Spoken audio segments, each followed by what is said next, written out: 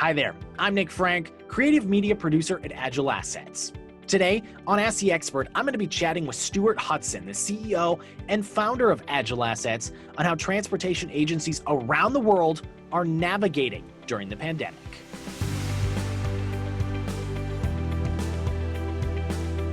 For more than 25 years as founder and CEO of Agile Assets, Stuart has helped lead his company to become a global provider of asset management solutions for transportation asset management. Through continuous innovation, he has helped steer Agile Assets to develop and implement enterprise, SaaS, and mobile solutions to local, state, and national leaders and agencies across 5 continents. Stuart, thank you for tackling our pandemic-related questions today here on Ask the Expert. Thanks for having me, Nick. Now let's dive right into this big question. We know coronavirus has impacted a lot of people around not only the US, but the world.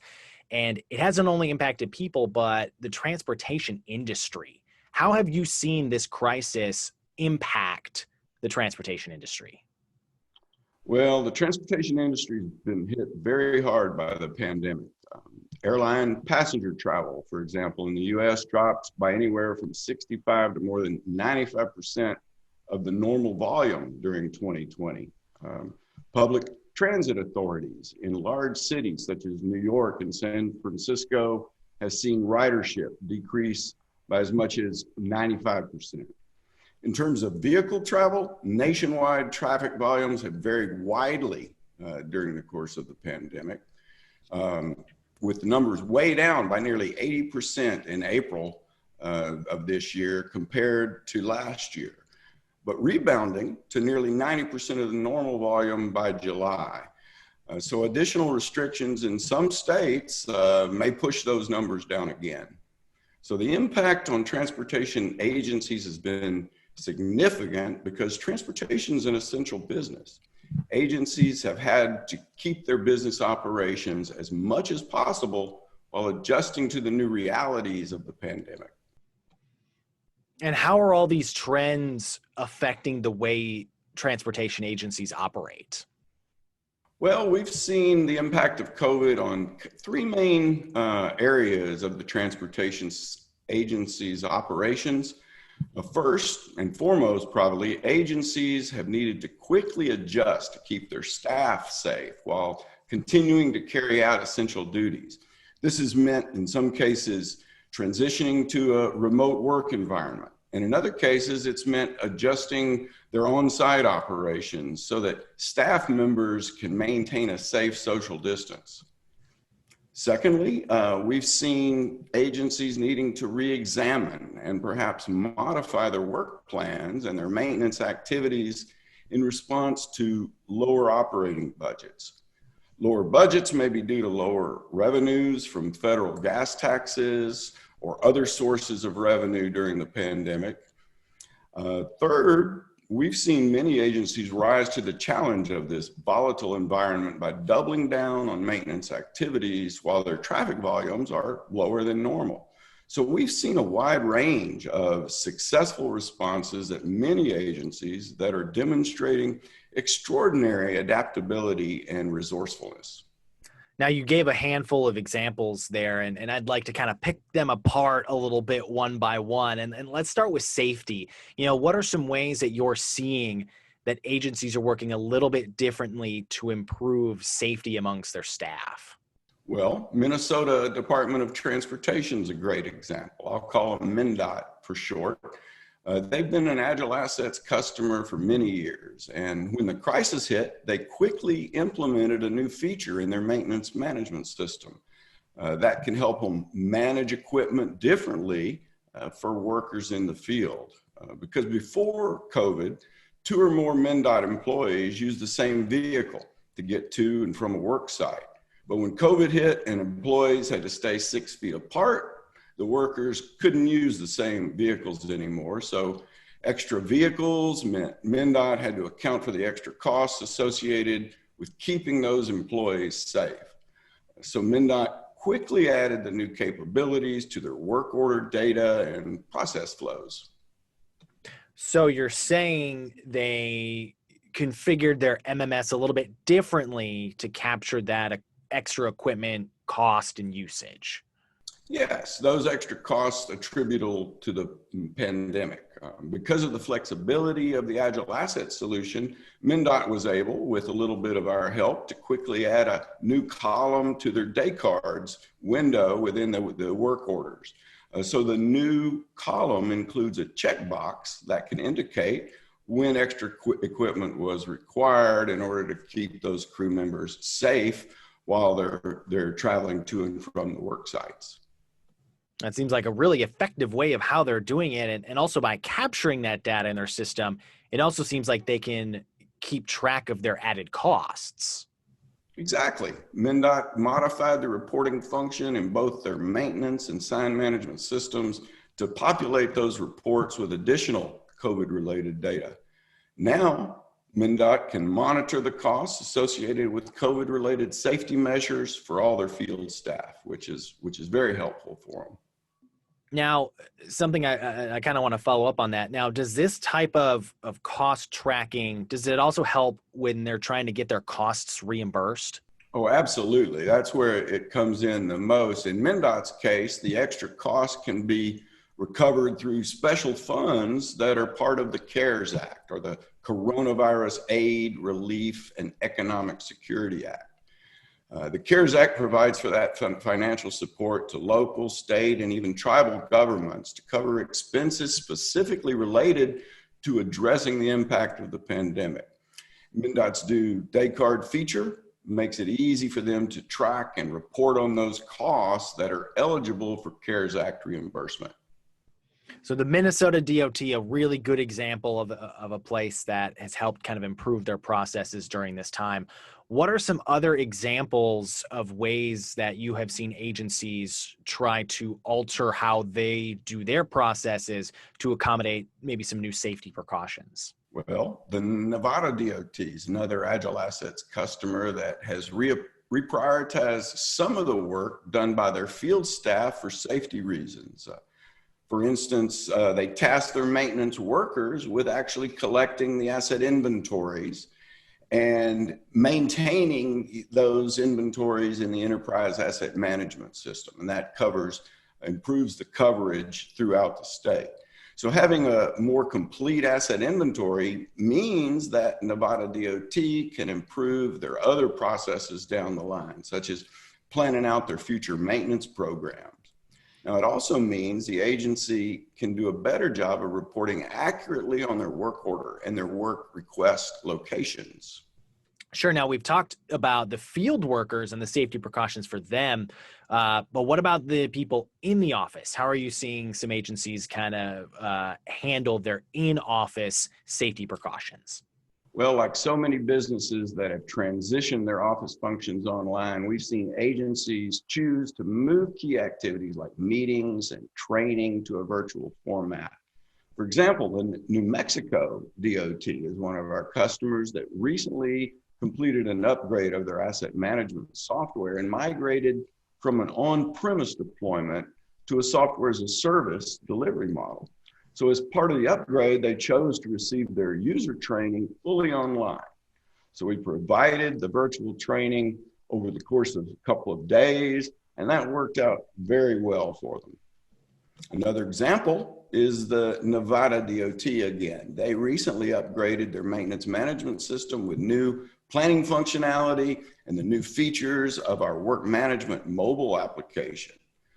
So Nevada also chose to participate in virtual training. So we trained about 165, 66 end users over the course of 3 weeks, and Nevada got a very successful upgrade project completed. See, I love that. And, that's kind of the reason we're doing this as well, is virtual training and virtual ways of educating is kind of a direction that I think we're going to keep moving into, as we progress down the line. You mentioned both New Mexico and Nevada. What do these virtual trainings look like? Well, we delivered the training using Zoom, and it included a combination of Agile Asset-led instruction, some video training, and trainer-guided hands-on training through the Agile Assets online platform. Nevada DOT chose to have small, only 20-person maximum online training sessions supported by the implementation team trainers, both from Agile Assets and from the DOT. And not only was the virtual training successful, but it also saved the agency quite a bit of money compared to in-person training because there were no travel costs or training facility costs, which can be significant. Now, you mentioned Zoom, which of course we use a lot at Agile Assets. It's become kind of how we conduct a lot of our business and our meetings and everything.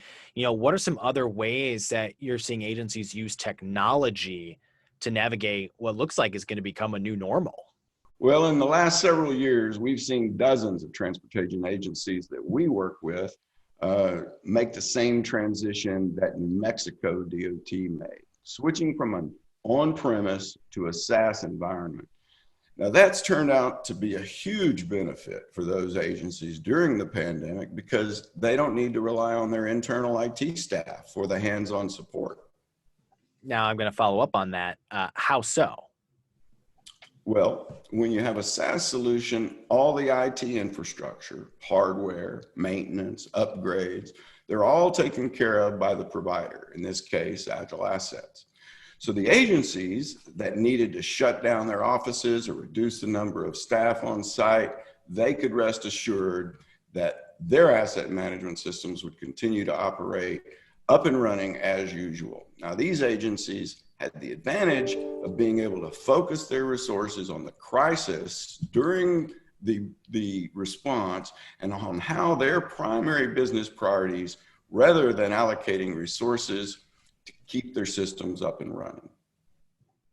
Now let's kind of move on to another topic, and it's the importance of these mobile applications and what role are you seeing mobile apps starting to have?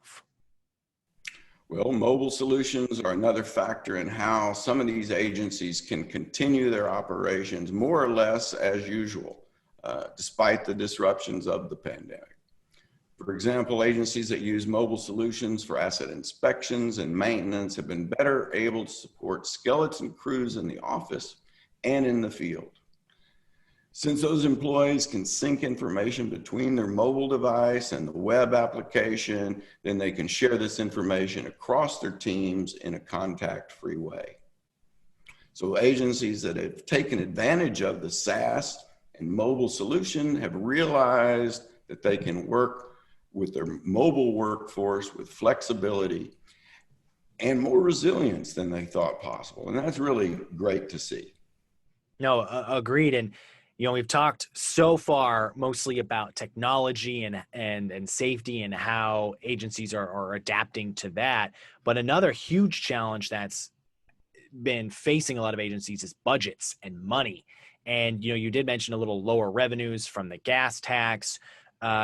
Can you talk a little bit about the challenges on the budget side that agencies are facing or are going to be facing into 2021? Sure. At one point during the pandemic, California was losing an estimated $14.5 million a day in gas tax shortfalls compared to their normal revenues. Other states reported, such as Florida, Texas, Illinois, and New York, they've seen estimated daily losses of more than $4.5 million, and that's per day. And so that's a huge amount of money.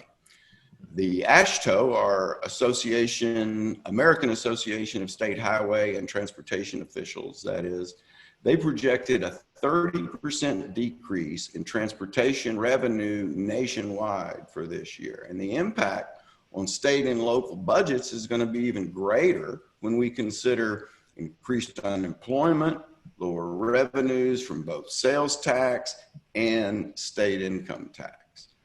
The effect on municipal transit systems is also dramatic. We've seen revenues from passenger fares decrease as much as 90 to 95% in some municipalities. In major metro areas, road traffic has declined by anywhere from 53% to more than 75% in some areas. So the impact of the pandemic on agency budgets is a widespread and very serious concern. Yeah, those were no low numbers that you were sharing, though. Those were all pretty drastically high numbers. From what you're seeing, how are these agencies coping with their decreased budgets? What we've seen is that agencies that have strong asset lifecycle management practices, the ones that have those in place, are the agencies that can most adapt to whatever the changes in their circumstances and their budgets. Using modern asset management that uses robust data analysis can help those agencies quickly adjust to changes in funding levels.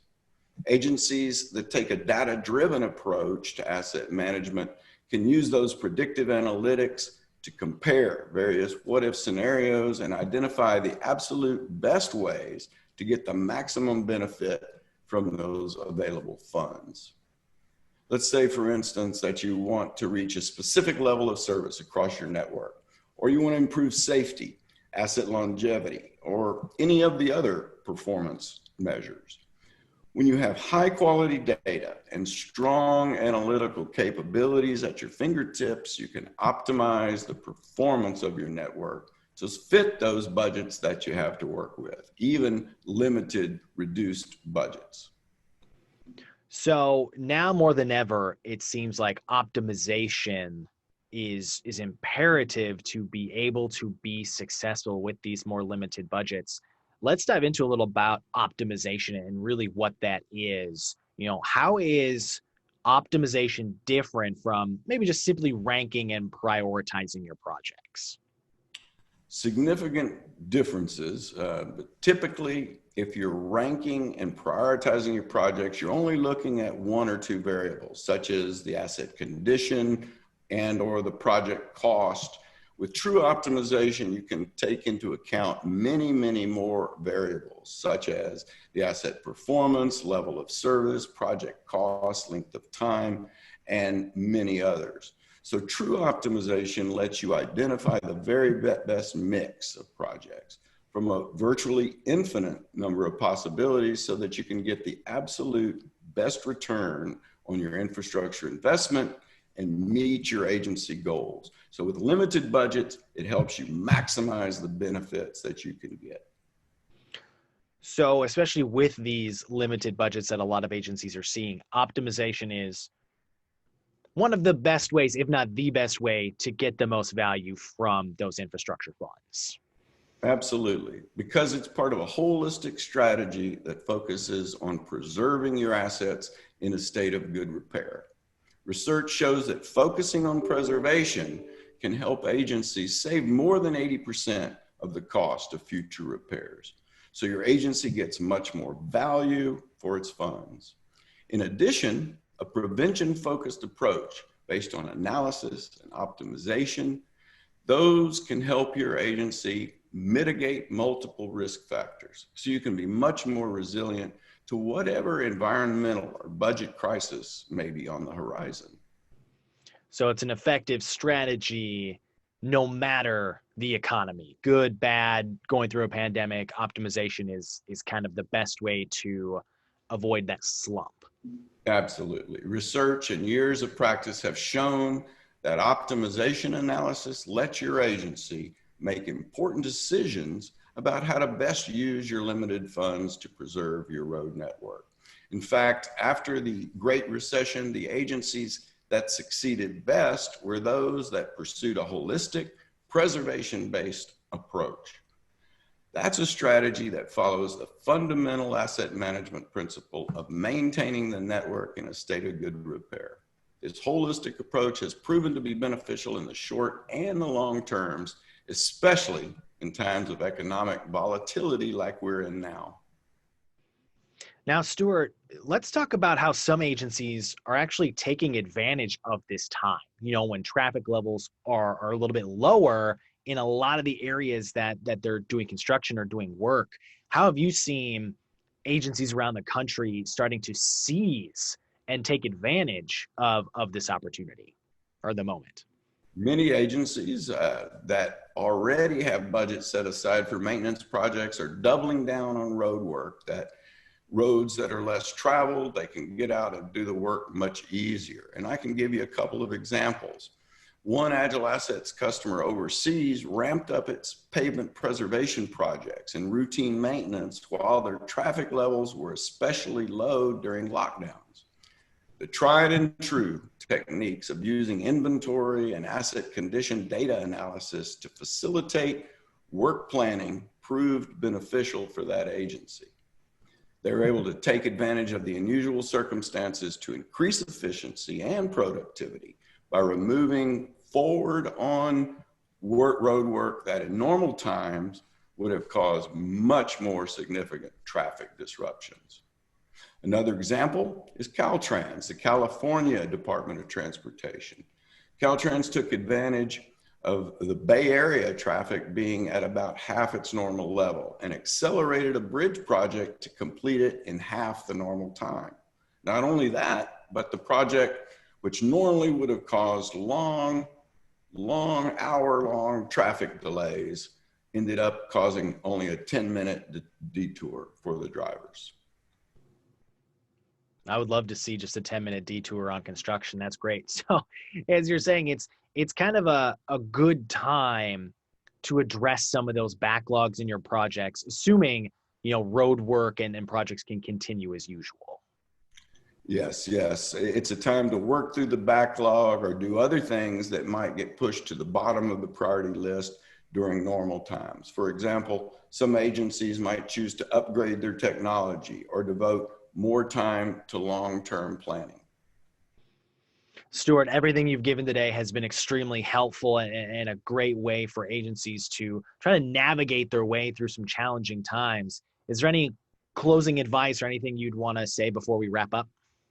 Well, my advice, which is based on research and decades of working with agencies around the world, is to take a holistic, preservation-based approach and think beyond the short term to the overall longevity and performance of your network. The pandemic will pass, and if you stay the course and apply the proven principles of asset lifecycle management across your network, you'll be able to maintain as much of your infrastructure as possible in good repair for when we come out on the other side. Stuart, fantastic advice. Thank you for jumping on Ask the Expert. Well, thank you, Nick. Very good to talk with you today. If you want to learn more about how agencies are successfully navigating through the pandemic or are curious about any asset management solutions, head on over to agileassets.com. I'm Nick Frank, and we'll see you next time for another edition of Ask the Expert.